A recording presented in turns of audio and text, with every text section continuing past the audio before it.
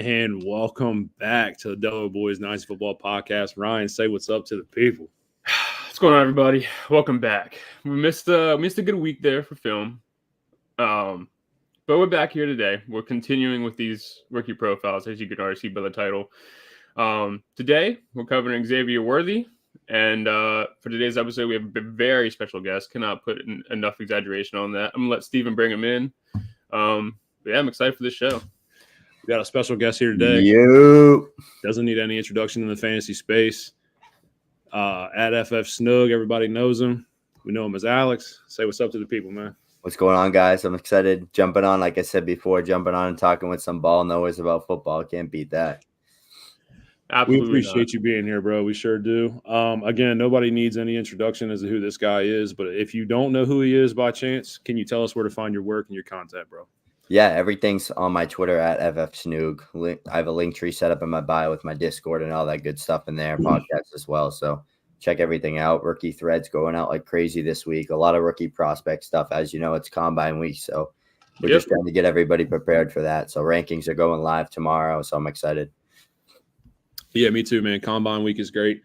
Was a little disappointed to hear that Caleb Williams and Jaden Daniels will not throw. We will not see Marvin Harrison at the combine either. That is disappointing. But we're not talking about that tonight. I don't think Marvin Harrison needs it, but I will say I'm a little disappointed Jaden Daniels isn't throwing, considering he has a little bit to prove in that area. But that's just a side note. Just saying, man. I want to see Marvin Harrison. I want to see him at the combine, bro. I want to see him ball out. But I mean, you're here for one reason, and you specifically asked to be on for this player. So Xavier Worthy, like, what stands out to you as a player for you? Yeah, it goes way back to his freshman days. My best friend's a Texas fan. I was telling Steven before this, and I watched that Red River game. First play of the game, he houses an 80-yard bubble screen to the crib. That man's got ice in his game. Every time on the big stage against the Red River rivalry, he showed up. He dominated. I think he had to go over 300 yards in like 3 times he played them. So he was just absolutely dominating on the big stage. 20 years old, nuance route running in his tape I saw consistently. Drops were an issue, but he did play with a broken hand in his sophomore year. So that's something to key in on. And another thing too, Steven, like I said to you, we both noticed when we were watching his film how horrible his quarterbacks were his freshman and sophomore year. Yeah. I think they left like probably 8 touchdowns overthrown or underthrown on his tape that probably we would have been talking about Xavier Worthy as the bona fide wide receiver 3 in this class if that didn't happen. Absolutely. Let's talk about quite possibly one of the greatest Power 5 freshman seasons of all time from a wide receiver. 62 catches, 981 yards, 12 touchdowns, 2021 SEC Offensive Freshman of the Year. Absolute baller. He put himself on the map his freshman year. Absolutely showed us that this kid's special. Like you said, 2022, we're gonna chalk it up to a down year with a broken hand, mixed QB play. But here we are. We're talking about him in 2023, and we're talking about a 1,000-yard season, 5 touchdowns, number we probably expected to be a little higher. But you have a competition on the other side in Odunze Mitchell, who we haven't talked about yet. But at the same time, this kid's got ice in his veins. Ice in his fucking veins. Right. And I was going to say, when I'm watching tape and breaking them down, like, honestly, the better part of his tape is in his freshman year. And I get, the sophomore season broken hand. I mean, you don't even see, like, I don't know. I guess typically when I'm looking at receivers, like, you see the big season as a freshman. That's his breakout year. You kind of expect to see steps going forward in the following 2. We've kind of seen him kind of plateau as far as a prospect goes, at least in my mind. He's kind of always been the same guy. Now, I'm not saying that's a bad thing. You can chalk it up to a lot of things, whether it be QB play or the fact that they run the ball a lot in the offense. But I mean, you look at it, he had 4 games over 100 yards his freshman year. He hasn't even topped that in the following 2 seasons. He had 3 in his sophomore and junior seasons. Chuck it whether you want, but just a note. Let's get into the peripherals, though. I mean, we got him at 6'1", 172. I don't know if he plays at 172. I'm going to say 165. He's a thin dude. Yeah. But the speed, I'm projecting a 4.3. And if you get at worst a 4.35, let's just say this dude's taking the top off of any defense he plays against. He's an absolute speed demon. I know you were going to say something, so I didn't mean to cut you out, but go ahead, brother. Yeah, no worries. All I was gonna say is I think I've been following him closely, like during the pre-combine process, just on Instagram and stuff, kind of seeing who he's working out with, and he's been working out with like Expo Sports, and I think, like you said, I mean, it's rare you see guys with that vertical ability and that speed downfield to be as nuanced as he is in the short areas and after the catch. True. His jukes and his short area moves and his quickness is something that you don't see. Like in guys like Jalen Hyatt, he was like a one-trick pony, just taking the top off the defense, but he's kind of got it all. So I see a little bit of Tank Dell in his game, which is something that I really loved because those type of players are playmakers, and it's the weight thing isn't really an issue anymore like it used to be. Coaches and schemes are getting mixed matches on these guys, kind of moving them around in the slot to the outside and just getting mismatches. And Xavier Worthy is one of those guys that he's going to get the mismatch and he's going to burn you deep and he's going to win you on the goal line like we saw on that Iowa State era route. Steve and I were talking about that. He absolutely snapped that poor DB's ankles and sent him into the rafters. So he makes it look easy from time to time.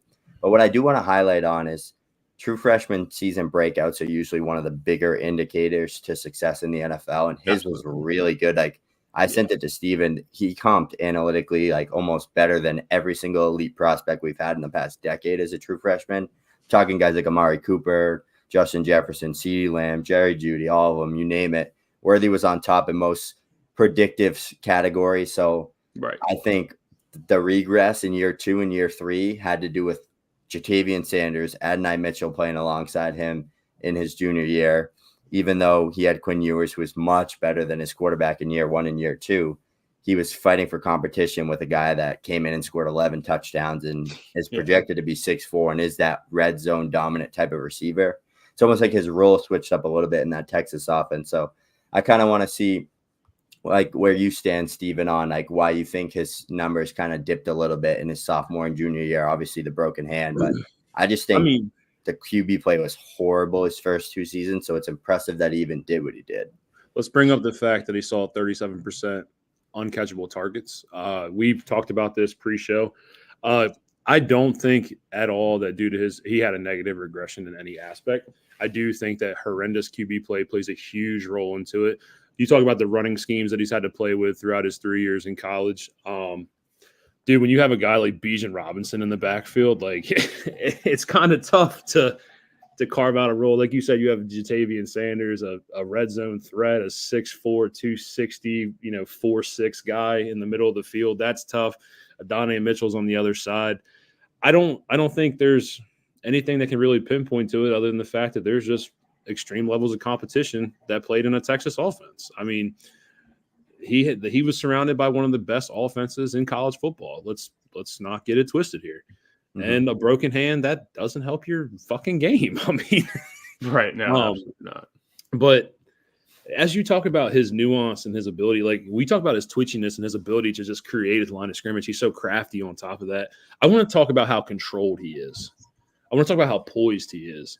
I want to talk about the fact that he never breaks out of his routes. Like he doesn't just try to sell something and then try to change things up. When he's dedicated to the route, he sells it. He wins it. He wins it at the line of scrimmage. He wins it whether it's in zone. He knows how to sit down and find the coverage and the soft spots in zones. You have a single high over the top. He can beat you in that aspect. I love the fact that he can maintain his top speed and still knows how to track the ball deep over his shoulder. He's very, very, very poised as a receiver. I'm a big fan. Yeah, I actually tend to disagree. I mean, I think you kind of already touched on it, but I think the big comparison here for me is Tank Dell, and then I know he's not quite as small as he was, but kind of reminds me a little bit of T.Y. Hilton. I think that's what he is. He relies on his speed. But that's not a bad thing. He's a monster with the ball in his hands. If he can get it, he's probably going to burn you.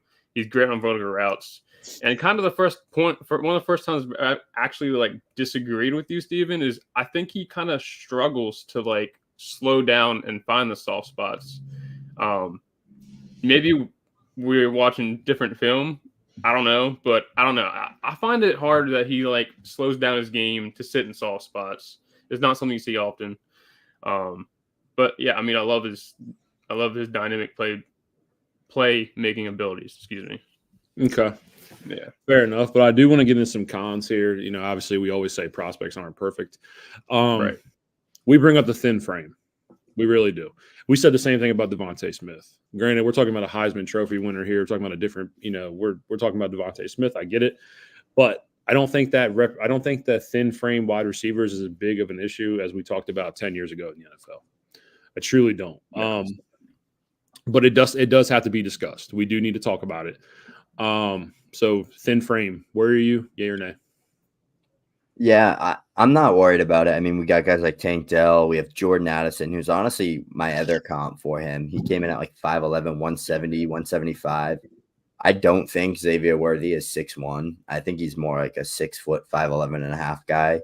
Yeah. They always over project. I think that's as damn near accurate as you can get is Jordan Addison. And Jordan Addison was a guy that has really good game speed, but I think he ran like a 4.5, 540 at like 175 pounds. So he wasn't really that fast. Right. In shorts. Hey guys, we do have a comment coming in. Let's check it out.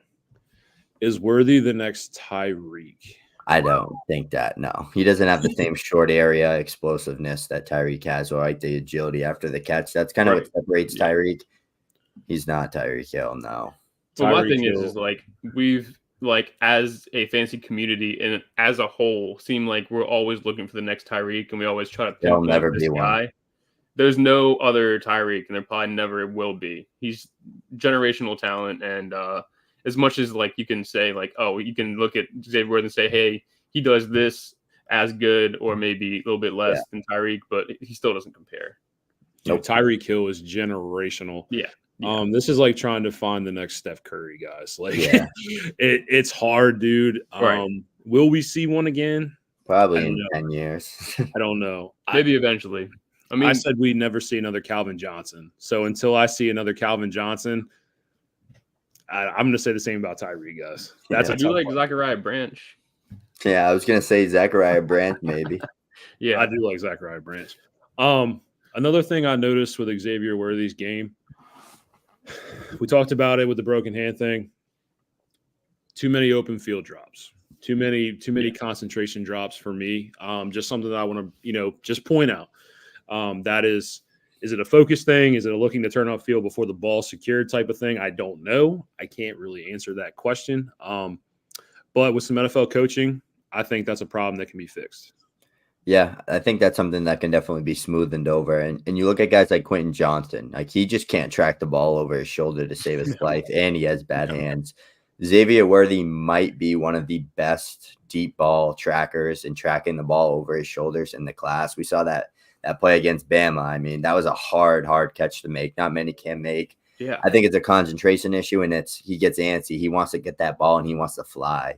And that's something that a good coaching staff is going to like work with him on. Catch the ball first, then make your move. We saw that with Jerry Jeudy a little bit. Jerry Judy's not a bad comp either for Xavier Worthy. He's not as twitchy and explosive in the short areas, but I saw a good friend of mine, his name's Quinn Torres on Twitter, actually tweeted that, and I kind of saw it a little bit, like that kind of like joysticky, like can win downfield, fast, explosive, like good after the catch. Think like if Jordan Addison, Tank Dell, and Jerry Jeudy all had like a son, it'd be Xavier Worthy. Combine them all together. They just all have a son. It's Xavier Worthy. So, my last question to you guys: you're talking about these very thin frame guys, and this is the one area where I could see there being some struggle, especially when you're going against these physical DBs in the NFL. What does he look like in the contested catch areas against these physical DBs in the NFL? Because that's a question mark for me as well. Well, that's kind of like. Sorry. No, you can go ahead. Go ahead. No, it's kind of one of the things that I was going to bring up from my cons is like he did against Bama. He's done pretty solid. I won't lie. I think both games he's been over 75 yards. I think he's scoring one of them. So he's played pretty well. But when paired up against Kool-Aid, he didn't really do a whole lot. He had a couple screen plays where he had some success, but when he was one-on-one against Kool-Aid, he didn't have a whole lot going for him. But I mean, you look at anybody else's Twitter, he's a burner, right? That's kind of where he succeeds. Burning and then slant routes are his two big opportunities for success. And I think he's I don't know, man. I like these bubble screens that Texas was running. Bubble screens too. Yeah. Well, just get the ball in his hands and he's gonna go. That's the thing with him. Yeah, I think it's gonna come down to like I think he has such a definitive role in the NFL because he's really good in like a few categories where he'll slot in next to like if you paired him up with like a AJ Brown type of receiver, you paired him up with like a Jamar Chase, like he's a guy that's gonna absolutely eat alive your second cornerback, get him in the slot, get the mismatches. Like I said, like an NFL coach is gonna see his skill set and say, I can do a lot with this guy. Like he's not just a field stretcher. He's not just a guy that is going to run a few slot routes and come off the field. And like, he's going to be on the field. He's going to be that Tank Dell, winning downfield consistently, getting open across the middle, like getting the ball in his hands in screen areas and making plays after the catch. And that's honestly what's valuable in fantasy football. Like we saw what Jalen Waddle can do. Another guy that's smaller but wicked explosive after the catch and wins downfield vertically. Jalen Waddle never really had like an elite production profile in college. Like he had the ankle injury, played in a crowded room, but you knew when he got the ball in his hands, he was going to make a play. And that's kind of how Worthy is. And like Worthy's honestly one of those guys to me that like he checks every box. Like the true freshman breakout, the production profile was strong, declares early, 20 years old, can route run, can separate naturally, good after the catch, explosive speed, probably going to be one of the faster guys at the combine. Like there's just everything you could like about this guy. And it's not even you're like, oh, the analytics stink. Like, is he just like a film guy? Like, no, he's good in every category. So it's kind of hard to knock him. In my opinion, just in my model and how I like to grade prospects, he could be as high as my wide receiver 4 and probably as low as my 5 or 6. But it's all signs are pointing to him being my wide receiver 4. And I'm not worried about the frame or the thinness in his game. And I think he lacks play strength. I don't know if you guys saw that, but I did. One thing I did like that kind of counters that, which I'm playing devil's advocate, is he's not afraid of contact. Like, I don't know if you guys saw that Bama play where he caught that out route and just like trucks through 2 defenders and stays on feet and picks up the first down. And then this play, he ran a beautiful deep out route against, I think it was Rice, and he just turned and just ran the defender over. Like, he doesn't care. Yeah. So he'll play bigger than he actually looks. Right. One more thing.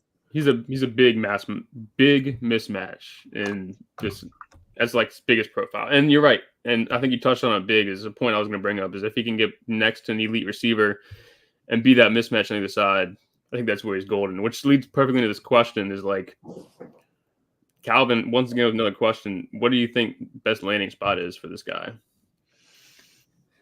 Well, I'm going to be honest with you. If I'm going to pick a team, I'm going to be honest here. I think he goes first round, and I don't think we get a chance at him in the second. But I know Deontay is gone. I would love to see him in the black and gold. I really would. I don't think that's the best fantasy production value, but I think because my comps for him are Hollywood Brown / Deontay Johnson. I see a lot of similarities in our games. I'd love to get another receiver like that in Pittsburgh. I'm just being biased here, but that's me. Yeah, I think he's a first rounder as well. I think there's no big site really mocking him as one right now. Jeremiah, Kuiper, none of them. They're all like a bit lower. They all have him in that 8 to 10 range. I think we're going to see him run off the charts at the combine and bolster himself in a first round draft capital. I have a first round grade on him, and it comes down to the wide receiver value position. Like, it's the second highest paid position right now in football. You get a guy that's very talented, good prospect, elite speed. NFL loves that nowadays. And you got a potential 5-year option with him, drafting him as a first round rookie, compared to like, look at the contracts they're giving out. Like, what did Juju get? Like 3 years, 35 mil, like for Juju Smith. Yeah, take Xavier Worthy. I think there's like 3 to 4 landing spots where he would fit in like a glove. Dallas is one of them in that Brandon Cooks role. He's a lot better than Brandon Cooks is at this point in his career. He'd be a great field stretcher for Dak, and he would be another guy that gets the ball in his hands and makes plays after the catch. Love to see him in Buffalo across from Stephon Diggs, obviously. Another strong arm, Josh Allen quarterback. Going to let that thing fly, and Worthy's going to score a ton of touchdowns. And then the obvious question is, alongside Rashee Rice in Kansas City would be phenomenal. They've missed on so many small, fast wide receivers. It's time for them to finally hit on another one like Tyreek. Yeah. I had Troy mocked to Buffalo. I think Kansas City makes the most sense, to be honest with you. Mm-hmm. See, I was going in a little different area. I think as far as like offensive schemes go, I would love to see him go to Detroit. I mean, you look at them; they have Laporta and Amonra, but they don't really have that second receiver. I mean, JMO is not exactly what we wanted him to be, and Josh Reynolds isn't that guy either. Yeah. I think it'd be really fun to see him in that Lions offense, see what they could do with him. Can I also throw another landing spot out there that I kind of like? Green Bay. Yes. They're so crowded right now, though. Yeah, but he would be the best guy in that room as soon as he stepped on the field. He would. You don't have to commit to Christian Watson. Romeo Doubs is a solid outside option. Jaden Reed all over the field. There's so many mismatches there, man. I like Green Bay. Keep adding to the room. I love Jordan Love. We'll talk about that later. LaFleur is a mastermind too with how he uses his players and schemes up the offense. Yes.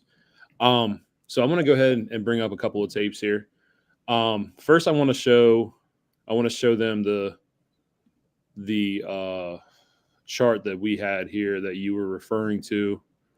Let me share my screen real quick. Oh, we got the Bama clip. Oh yeah, we got the Bama clip, but I just want to show the chart here that we were referring to. We got the Bama clip. Don't you worry. So, as you can see here, I'll go ahead and let Snoop talk about this. This is the chart that he was referring to when it came to the peripherals and how he tested year to year.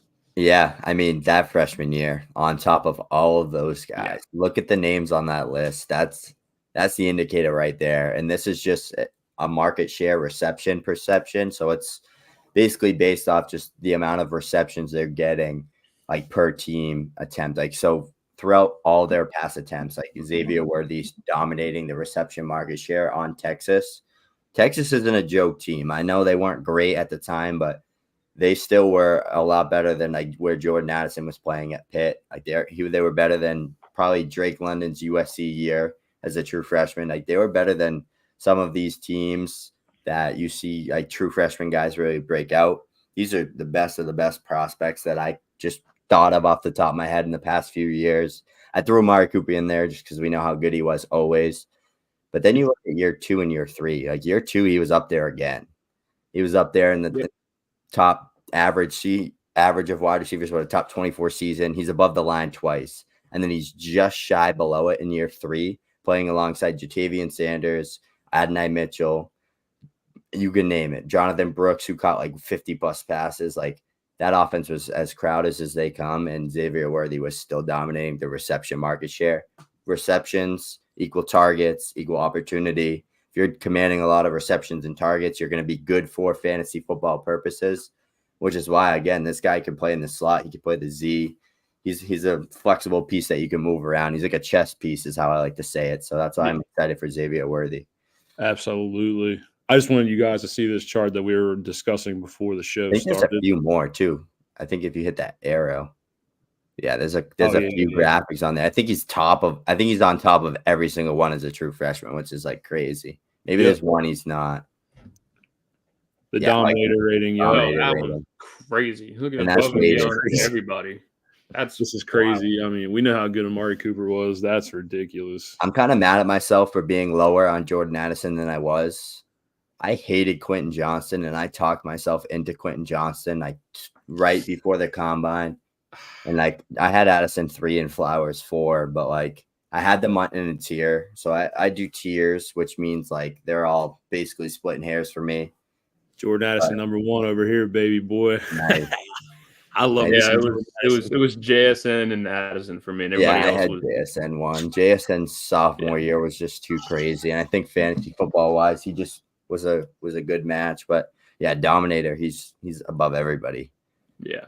And then the next one's going to be yards per team pass attempts, which is another phenomenal stat for predicting success. Right below Amari Cooper, still above everybody else. Jalen Waddle's an interesting guy on here as well, though. Yeah. You see Jalen Waddle's, like you said, the production profile didn't really stand out due to the injuries at Bama, but the explosiveness and just the player he was going to be showed as well. Mm-hmm. Yeah, and then touchdowns per team pass attempt on top again. Like this guy just couldn't stay out of the end zone in his first 2 seasons. 21 total touchdowns. That Mitchell didn't come him and Quinn Ewers would have probably put up like 1,300 yards and double-digit touchdowns. Absolutely. But unfortunately, they don't care about that. They care about winning. So they wanted to lock in a guy that could be a capable, strong wide receiver 1B or 2, in other words, at least. But I think Worthy was a lot better than Adonai Mitchell. Absolutely. Yeah. There's a couple of clips here that we're going to show these. Viewers at home. I want to start with my favorite clip here. No question, this is my favorite. As soon as it loads, man, you couldn't have these things prepped. God, it doesn't. You can't prep them in the Twitter message. That's what I'm saying. So relax there, buddy. They don't pull up in separate threads. Okay. I'm crazy. So Ryan, you want to give a little preview to this clip? I don't know what these clips are. I love you, but I can't help you this time. All right. So this is the Iowa State game. I'll run it. You're going to see an in breakout route. You're going to see him stop on a dime and beat the DB to the outside. This is an absolute masterpiece of a route right here. Boop. Easy. Yeah, his ability to just flip his hips and go in the opposite direction is as good as it comes. Almost in that, like we see Zay Flowers doing stuff like that in the NFL. Like, there's no reason Xavier Worthy can as well.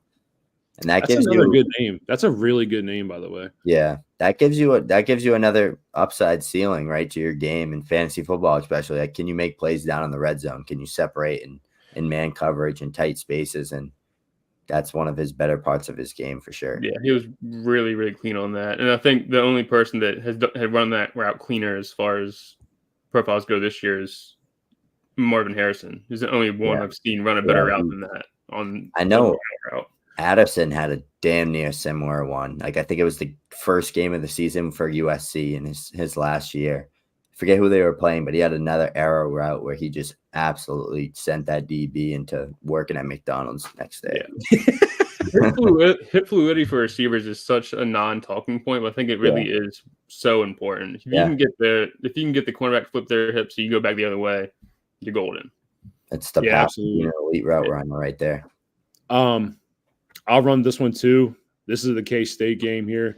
You're going to see him stack perfectly. So what you'll notice here, perfect line release. You're going to see him get to the DB to the point where he wants to. He's going to sell the out route and break back in. This is an absolute beauty of a route as well. This is broken down perfectly right here. You're going to see how the route's supposed to play out. Is so good. The quick feet, right away, right off the line, boom, he gets right past the defender. The feet is easy, easy. His speed in routes is so impressive to me. Everything's exaggerated so perfectly. It's not wasted movement, but it's just enough. Like Garrett Wilson was like that, just very whippy and snappy off the line of scrimmage, and you need to be like that because that's how you can sell your routes and get leverage on the DBs.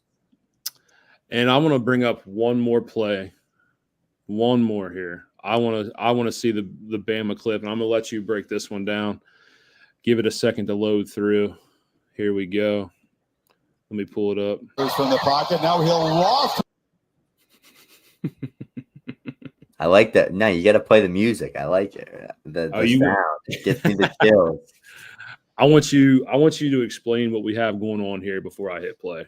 Yeah, so it's basically a deep post concept. He just creates effortless separation on. I think that's Caleb Downs right there, who is probably the best safety in college football or one of them, and just effortlessly runs right by him. And this is literally if you could consider a football that's going to hit the top of the stadium, it's this football that Quinn Ewers throws. It's literally a moon ball with 150 yards of air just straight up in the air. So it's probably one of the hardest balls to catch of the season.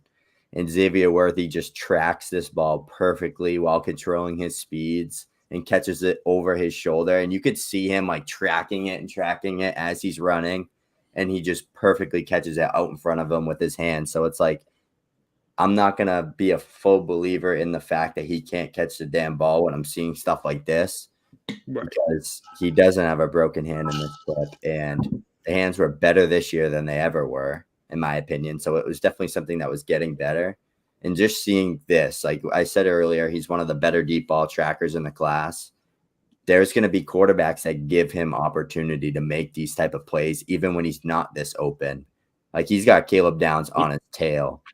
Don't matter. It was a Not beautiful worried ball. On the dot. Look at Nice how throw he, by Quinn. look Nice at how throw he by sells Quinn. that man. route. Look at the arm angle on that throw. That thing is just Caleb shot up there. Downs has like 15 yards of cushion, and Worthy still gets a step on him. Boom. That's crazy. Yeah. Also, like I said, just want to say nice throw by Caleb there, or by Quinn there as well. that is a good throw. Beautiful throw. Beautiful throw. Guys, I think this is our most insightful rookie breakdown we've had. We usually keep these to 20 minutes, but we're 10 over, and we've had a blast here, guys. We've had a lot of fun. Calvin, obviously the comments going to keep coming in. We got a lot of comments from Calvin as well. Sorry, I was in the film breakdown. Don't want you to think we were ignoring you here. I just want to say, from the picture, I'm going to tell you're a Texas fan, so you're a big Worthy fan, which is He's great. here for one thing and one thing only. Man, thank you. We appreciate you being here, dude. Again, for the people at home, can you tell me where to find your content? Yeah, just at FF Snoog on Twitter. It's just FF and then SNOOG. But everybody calls me. My DMs are open 24/7. Like I said, Linktree in the bio, Discord, podcast, all that good stuff's in there. I'm on Twitter for one thing and one thing only. I want to talk football. I want to break down prospects and evaluate talent. And I want to tell you who to draft and who to not draft in dynasty and a rookie draft. So that's what my content's going to be until September. It's going to be rookies and it's going to be dynasty fantasy football. So if you want to hear that, check me out. I'm sure I'll be on here again. I had a great time with you guys just talking about one of my favorite prospects. So anytime you guys want me to come on and talk about a prospect, I'm down. Man, we appreciate it, dude. Like you said, want to talk ball about ball knowers, game recognized game. Game recognized game, baby. We appreciate you, man. Ryan, anything you want to say to people before we get out of here, bro? Yeah, first of all, once again, I know Steven's already said it, but appreciate you coming on, taking the time out of your day to do this with us. You kind of touched on it already. We would love to have you back on. We are huge dynasty grinders. It's our bread and butter. So anytime you get bored, hit us up. We'd love to have you on for any show. It doesn't make a difference. Yeah. Maybe we'll run into you in a league one day too. Yeah. Let's do it. As far as the people go, once again, as always, thanks for tuning in and listening. Calvin, thank you for riding with us for this whole episode. Appreciate you hanging with us. And yeah, that's it. Snoog, anything else? No, let's go. It's combine week. We get the measurements, we get the on-field workouts, we get the 40 times, we get the shuttles. This is where rankings change and things matter because the combine does matter as much as people want to make it seem like it doesn't anymore. And people say they're in shorts. It doesn't matter. What matters is on the football field. Yes, that does matter, but the NFL drools over people showing off that speed. And it's not even about how fast can you run the 40, because if you have in-game speed, that's what's more important. But it's about taking on something that you're not used to doing, getting good at it, showing that you're grinding in the offseason, getting better at the 40, because a lot of these guys aren't track stars. They don't know how to run a 40. Like, they're not used to that. They run it a few times. Yeah. They got better at that. They practiced. They put the work in the offseason, and that's honestly where the coaches and the NFL organizations care about. Like, you go out there, you bench 27 reps of 225. They're like, damn, this guy's been putting in the work in the weight room. So I'm excited. Like, I'm going to watch every second of every on-field workout for the fantasy football positions. But combine week. Again, to Alex, we appreciate you. To Leo at RPO, we appreciate you. And on that note, guys, this is going to wrap things up for us, and we are out.